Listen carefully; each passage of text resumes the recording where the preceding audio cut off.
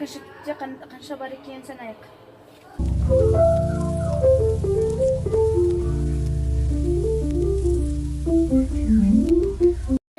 Құрметті көрермендер, сіздердің алдарыңызда номер 9 мектеп лицейінің жылыжайы және біз бұл туралы номер 9 мектеп лицейінің директоры Нұрғалиева Құралай Ақназарқызымен сұхбаттасатын боламыз.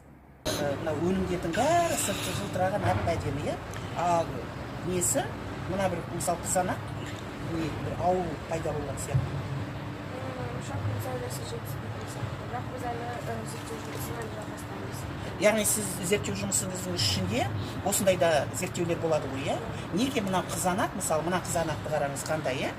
Тамаша бір жақ. А мына қызанақ, содан кейін қараңыз, қызанақтардың мынандай да болады екен. Ал ана қызанақты біреуін алыңызшы, көріңізші.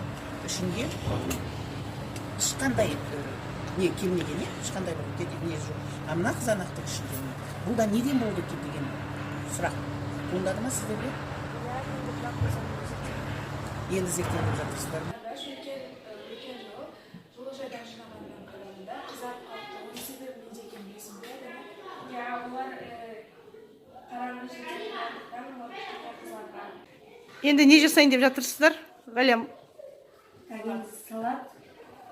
Қыздар салат жасап жібереміз мына жерге.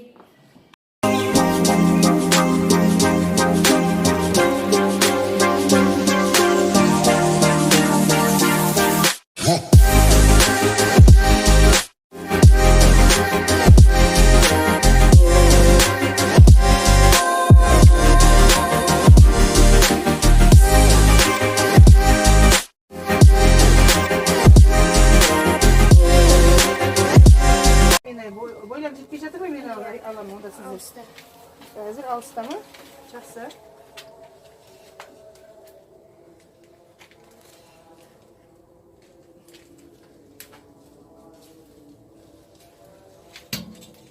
Қараңыздар, балдар, бұл қызанағымыз қызарыпты, бірақ қандайды кемшіліктері болып тұр, иә? Бұл не болды? Оны анықтауымыз керек, қандай кемшіліктер кеткендігін. Және ары қарай тағы қызанақтарды аламыз. Алыңыздар, мынаның қай жерінде өзгеріс болып тұр өсімдіктің.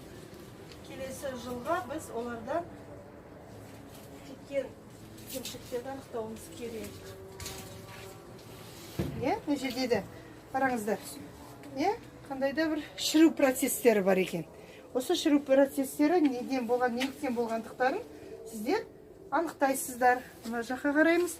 Тағы да өнімдерді жинауға тырысайық.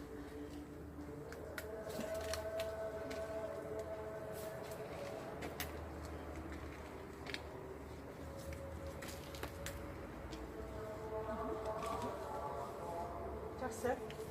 Ары қарай жұмыс жасаймыз. Все.